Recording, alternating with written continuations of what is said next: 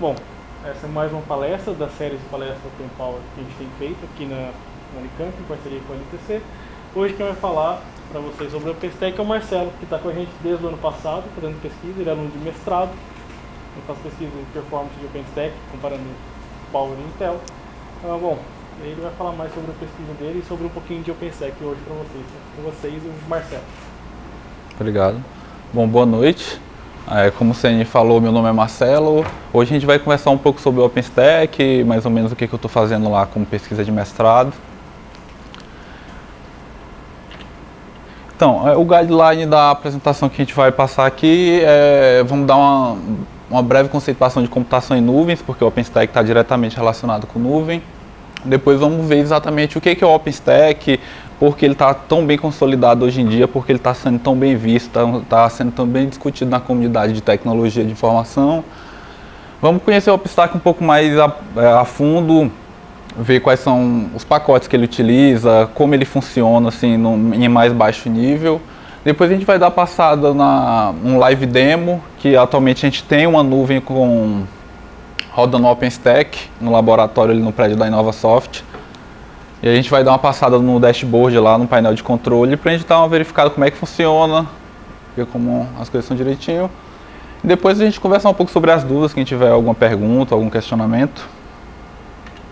Bom, começando pela computação em nuvens. A computação em nuvem surgiu como um paradigma dominante no cenário de tecnologia da informação. Eu lembro que há uns 5 anos atrás, quando eu estava iniciando minha graduação, eu ouvia falar computação em nuvens, era um conceito completamente abstrato. Você olhava e não via aquilo funcionando realmente. E hoje em dia é uma coisa praticamente natural. Você utiliza no smartphone, no seu computador, em Smart TV, você muitas vezes nem percebe que você está utilizando o cloud e você está utilizando. E um dos pontos principais que contribuiu para essa grande aceitação da computação em nuvem foi o conceito de Pay as you go, ou seja, você torna a computação igual a um serviço de consumo tradicional, igual a energia elétrica, igual água ou gás. Você, ao invés de você comprar toda uma infraestrutura de computação, você utiliza ele como serviço. Você vai e pede a máquina de certas configurações e utiliza e paga só pelo que utilizar. Você não precisa comprar a máquina inteira como era feito antigamente. Bom, por definição, nuvem é um modelo de computação que permite acesso ubíquo, sob demanda, para um pool de recursos compartilhados configuráveis. Ou seja, você acessa a nuvem de forma clara, de forma transparente, sem muitas vezes você notar, da forma que você precisa, de acordo com o que você precisa, sem você precisar comprar alguma quantidade pré-estabelecida. Há um pool compartilhado de recursos configuráveis, ou seja, todo mundo tem acesso àquele pool e à medida que você vai pagando, que você vai consumindo o serviço de computação, você vai utilizando aqueles recursos e você consegue configurar da forma que você necessita. As principais vantagens da nuvem é a escalabilidade e elasticidade. É o que? A nuvem você consegue escalar ela de forma muito simples. Você compra mais compute nodes, mais hosts, você adiciona a sua nuvem é expandida, e você não precisa nem mesmo interromper o serviço para você fazer essa expansão. Redução de custos. A gente sabe como a tecnologia evolui rápido, então uma máquina que eu compro hoje, daqui 3 ou 4 anos, ela já é considerada defasada. E uma empresa, por exemplo, de um data center, precisaria atualizar seu hardware. E se uma empresa resolver adotar a nuvem, você não está comprando o hardware, você está comprando serviço de computação. Então, toda a questão de manutenção, de atualização de máquinas, seja de manutenção da infraestrutura física, de energia elétrica, de resfriamento, isso é tudo por conta de quem está te provendo o serviço de cloud. Você não precisa se preocupar de forma alguma com isso. Você tem uma abstração completa sobre isso. E a agilidade, porque é muito fácil. Você necessita de certo recurso computacional, você vai ao provedor de nuvem e você simplesmente aloca aquele recurso sem muito trabalho. Passando rapidamente aqui pelos modelos de serviço da computação em nuvem, esses três modelos, que é o infraestrutura como serviço, plataforma como serviço e software como serviço, são os clássicos, estão aí desde o começo. Hoje em dia a gente tem dados como serviços e diversas outras coisas, mas na literatura clássica da nuvem você vai encontrar basicamente esses três. Começando da infraestrutura como serviço, que é o mais baixo nível, ou seja, você vai trabalhando vai estar trabalhando diretamente com infraestrutura de rede, de hardware, e chegando até a abstração de mais alto nível, que é o software como serviço, que é o Dropbox que você utiliza hoje em dia, o Google Docs que você utiliza. E é a forma que as pessoas mais conseguem observar a nuvem. A maior quantidade de usuários finais estão localizados nessa camada mais abstrata. E o OpenStack está localizado justamente na camada de infraestrutura, porque a gente vai pegar uma infraestrutura de computação e vai transformar aquilo numa cloud, vai abstrair todo aquele conceito de hardware de baixo nível. E com a popularização da nuvem, hoje em dia nós temos diversos provedores. Você tem a Amazon, você tem a HP, você tem a Microsoft, você tem a IBM, você tem a Grid Compute. Então, o que não falta é a opção no mercado para você consumir o serviço de nuvem. O grande problema é que cada empresa tem sua ideologia, tem sua estratégia, tem a forma como cada nuvem é implementada. E isso acaba entrando no conceito de vendor lock-in. O que é o vendor lock-in? Devido à especificidade de como cada nuvem de cada empresa é implementada, ela pode não, o serviço que você tem funcionando hoje numa nuvem X, na nuvem Y, por exemplo, já não pode ser, o serviço já não pode rodar como era esperado. E o custo de você fazer toda a adaptação, talvez não valha a pena você migrar. Isso prejudica muito, porque acaba meio que limitando o conceito de nuvem. Você está restrito a um vendedor. Isso nunca é bom em nenhum tipo de comércio. E aí que surgiu a ideia do Open Cloud Computing Interface, que é justamente você criar uma padronização em relação a como todas as nuvens são implementadas. Porque uma vez que as empresas aderirem a esse conceito, a essa padronização, nós conseguimos chegar a 3 pontos importantes, que é a integração, portabilidade e interoperabilidade. Ou seja, uma aplicação que roda na nuvem Y vai rodar na nuvem X, elas podem se comunicar, eu posso trocar elas de lugar que vai estar funcionando de forma igual. E um dos fatores de grande aceitação do OpenStack é justamente isso, porque o OpenStack é uma implementação direta dessa padronização que foi sugerida. Tá, agora o que é o OpenStack? Nós podemos definir o OpenStack como uma espécie em palavras simples, como um sistema operacional voltado para a cloud. O sistema operacional que você utiliza num computador pessoal, geralmente é o quê? O objetivo principal é você ter uma abstração de níveis de detalhes que você não precisa. Você não precisa saber como cada byte é escrito num disco rígido. Você só quer saber que você tem um arquivo e esse arquivo é encontrado em algum diretório. E o OpenStack é justamente isso. Você vai abstrair toda aquela complexidade de hardware e de grandes servidores para, no final das contas, um produto final que vai ser apresentado em um painel de controle, numa interface web que você pode facilmente configurar da forma que você precisar. Como o OpenStack está diretamente relacionado à nuvem, uma das qualidades dele é que você consegue gerenciar grandes pools de computação, armazenamento e recursos de rede. E o OpenStack ele surgiu inicialmente de uma parceria entre o Rackspace e a NASA, porque eles viram que a cloud era um conceito bem visto, era um conceito que tinha futuro, e eles resolveram tentar facilitar esse processo de implementação de cloud para que mais empresas pudessem adotar, que a comunidade científica abraçasse essa ideia de forma maior. E outra vantagem também é que é completamente open source, ou seja, a comunidade contribui para o desenvolvimento do OpenStack. Lógico, tem empresas, mas todo mundo contribui para o produto final do OpenStack. Tá, o OpenStack ele é gerenciado pelo OpenStack Foundation. Ele é dividido em 3 partes de organização, de hierarquias que fazem o controle do OpenStack. O primeiro é o comitê técnico, que é constituído de 13 membros. Esses 13 membros têm a responsabilidade de tentar direcionar o OpenStack para um caminho onde ele seja melhor qualificado, em que ele incorpore mais conceitos que a comunidade científica e de tecnologia está sugerindo. Tanto é que, se eu não me engano, é uma vez por ano. Acho que esse ano foi em Vancouver, acho que em maio. Foi maio. Teve o comitê que a comunidade do OpenStack se reúne e eles tentam direcionar o OpenStack da forma que eles acham que é melhor. Ou seja, tem o feedback de toda a comunidade e eles tentam pegar aquele feedback, trabalhar aquilo, especificar aquilo de forma mais técnica para tentar direcionar o projeto por todo o ano. Depois nós temos os diretores. Os diretores são divididos em 3 níveis: Platina, Gold e Individual. Os membros dos diretores da categoria Platina, eles são representantes de 8 das principais empresas que trabalham com OpenStack. Essas empresas são essas aqui. Temos o Red Hat, temos a Intel, a HP, a IBM está incluída também. Essas são as principais empresas que contribuem para o OpenStack, e cada uma dessas empresas ela tem um representante nos diretores Platino.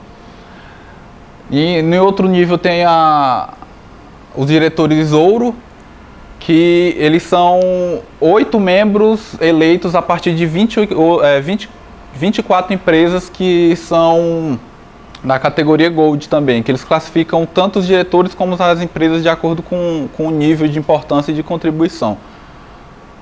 E os individuais são eleitos mais por parte da comunidade, que são os que têm mais contato direto.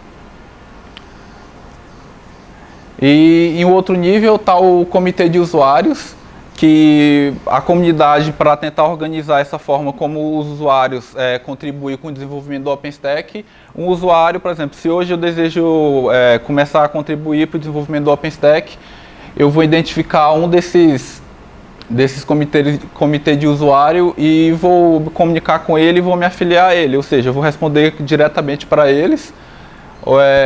No mundo todo tem mais de 75 em diversas partes da região do globo. Então eu tenho aqui no Brasil, tenho aqui na América do Sul, nos Estados Unidos, ali na Europa, que tem uma concentração maior.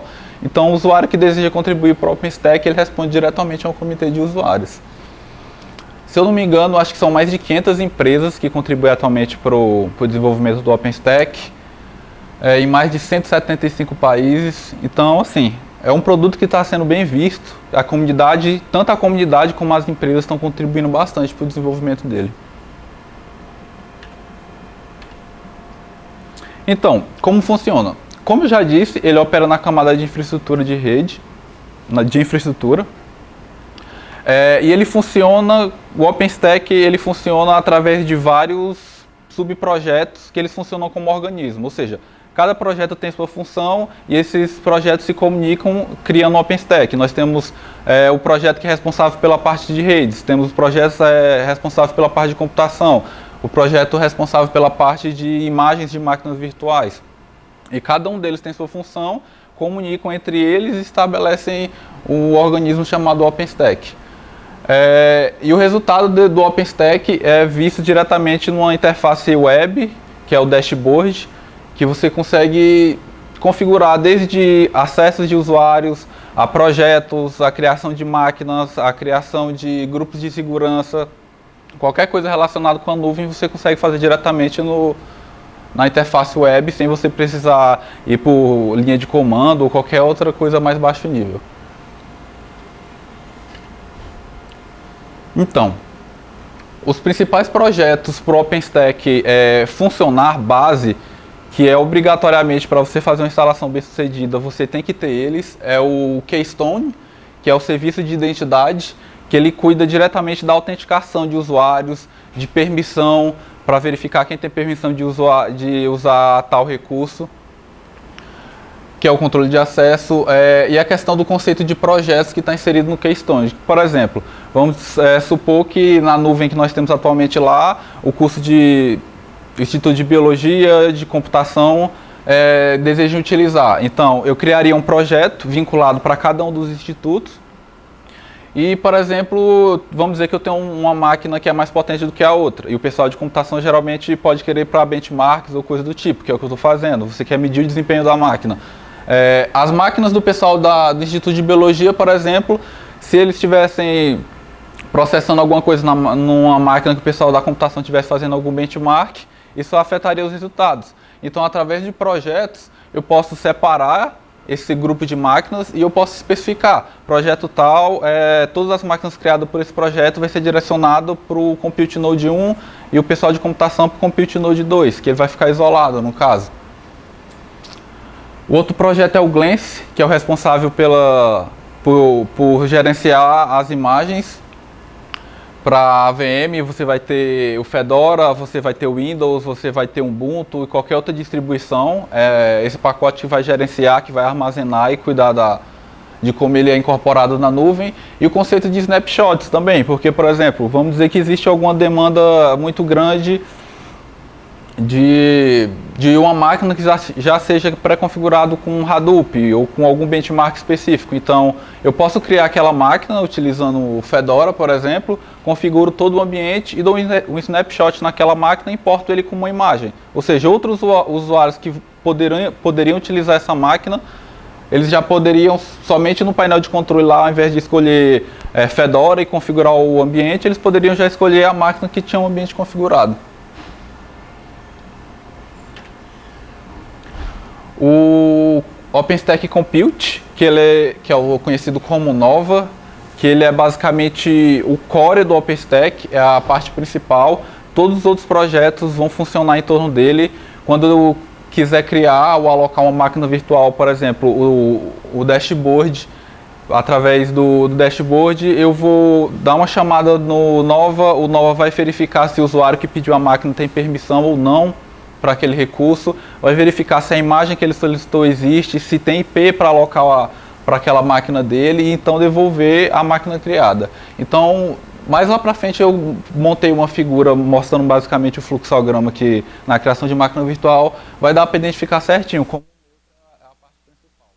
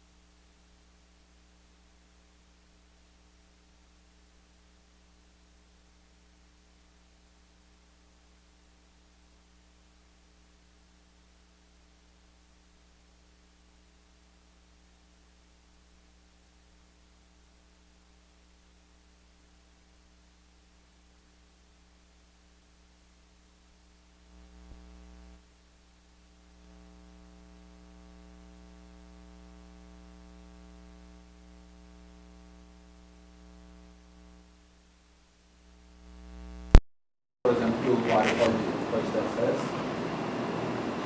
E finalmente, instâncias, que aqui vai listar as instâncias que aquele usuário está rodando, ou se ele não está rodando nenhuma, e dar as informações dele.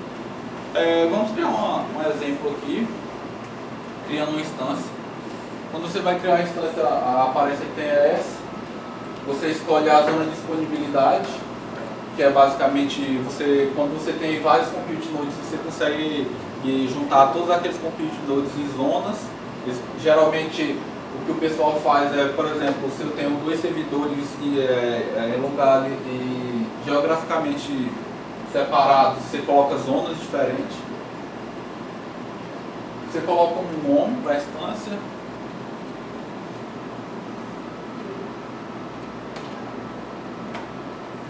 O flavor que você pode escolher aqui, no caso, é as configurações da máquina, que são pré-definidas, um usuário administrador pode criar. Quantas CPUs, tamanho do HD, tamanho do swap, RAM, quantidade de RAM. De acordo com que a especificação que você precisar de uma máquina mais potente, você pode vir para cá, ou se você quiser uma máquina menor, ou de meio termo, isso aqui você consegue escolher e vai ser definido com as configurações da sua máquina. Você pode instanciar mais de uma máquina por vez também. No caso, a origem, você pode iniciar uma máquina através do snapshot da máquina virtual previamente que você já criou e configurou, através da imagem básica. No caso aqui, a gente escolhe a imagem Ubuntu, por exemplo. A outra aba aqui você define a sua barra de chaves, que você vai estar fazendo acesso na máquina. No caso aqui não tem nenhuma importância. Você consegue, depois da criação da máquina, você inserir um arquivo de script para ele executar logo depois que ela é criada e iniciada. Então, abre espaço para muita personalização. Opções avançadas aqui, você consegue colocar a partição para manual e você cuidar desse procedimento, e não o próprio serviço de instanciação. Então, com isso aqui configurado,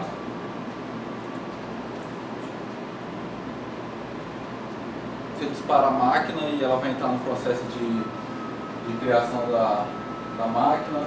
Você consegue aqui as informações da máquina, que imagem foi utilizada para criar ela, os IPs de acesso no caso, quais são as especificações da máquina, o par de chave utilizado, o status dela.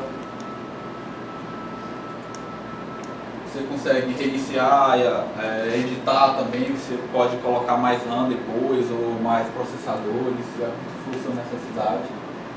Quanto à instância aqui, eu vou mostrar por exemplo, ela concluiu a instanciação dela, ela está executando, então se eu fizer um acesso SSH nesse IP, nessa porta aqui, você vai ter acesso a essa máquina que foi criada. A gente teve um probleminha nessa questão que você deveria ter acesso você teria acesso à máquina pelo console.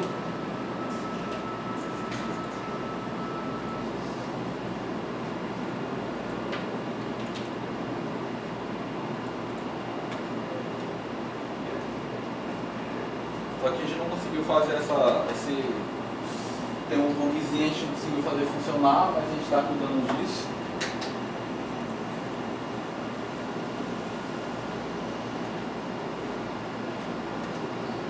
Você teria o console, que você poderia acessar pela própria dashboard mesmo, você não precisaria fazer um acesso SSH.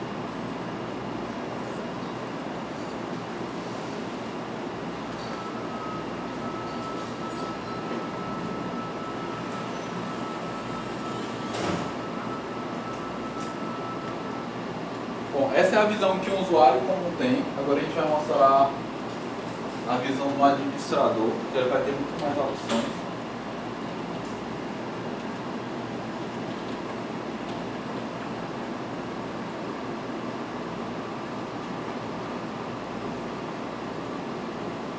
Bom, diferente da visão do usuário comum, o admin ele ganha essa nova aba. Essa aba de identidade continua igual, só que agora ele tem acesso a todos os projetos, com as informações dele, a todos os usuários.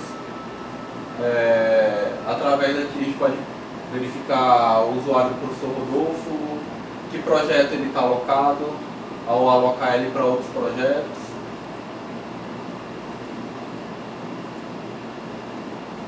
A visão de instâncias, de você criar a máquina exatamente a mesma. No caso aqui ele está listando umas máquinas que estão criadas, que estão executando os testes no momento. Porque ele é admin, então ele tem a visão de todas as máquinas, de todos os usuários. E ele pode tomar também qualquer decisão em cima delas. E a principal mudança é essa aba de administração que o usuário recebe. Que aqui, ao invés dele ter um sumário dos recursos que estão sendo utilizados só do projeto específico, que é o que o usuário tem, ele consegue ver de todos os projetos. Você consegue escolher intervalo de tempo para verificar, etc. Nessa aba aqui, ele vai listar os compute nodes. No caso, como eu citei anteriormente, nós temos dois. Ele vai mostrar quanto de recurso ele tem e o que está sendo utilizado. Vai ter os gráficos também.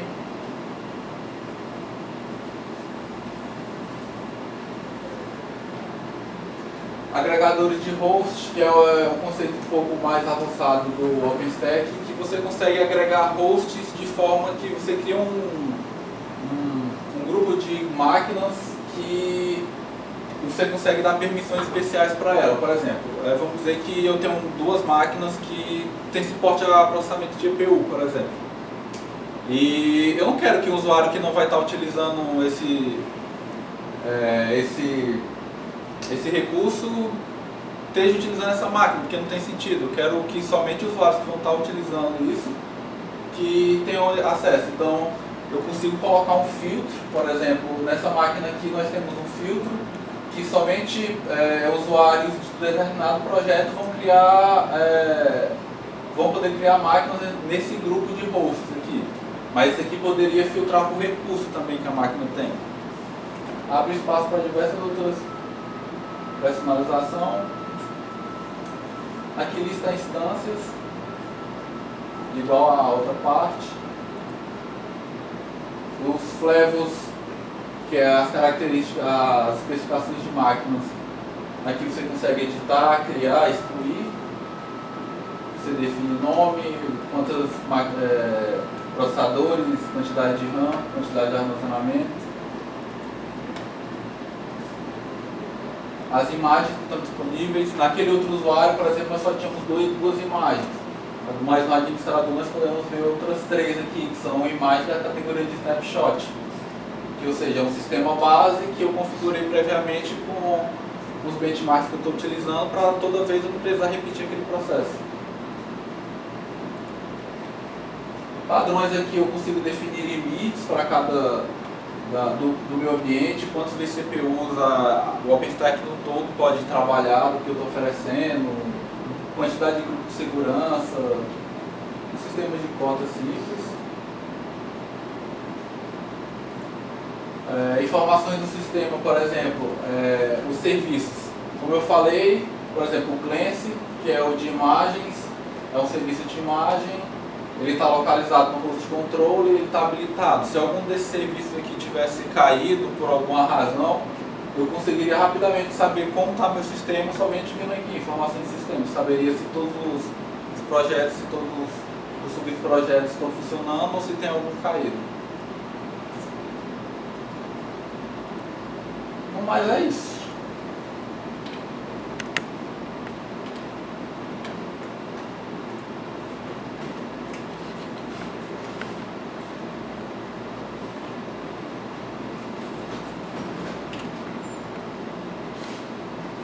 Dúvidas, curiosidades, questionamentos?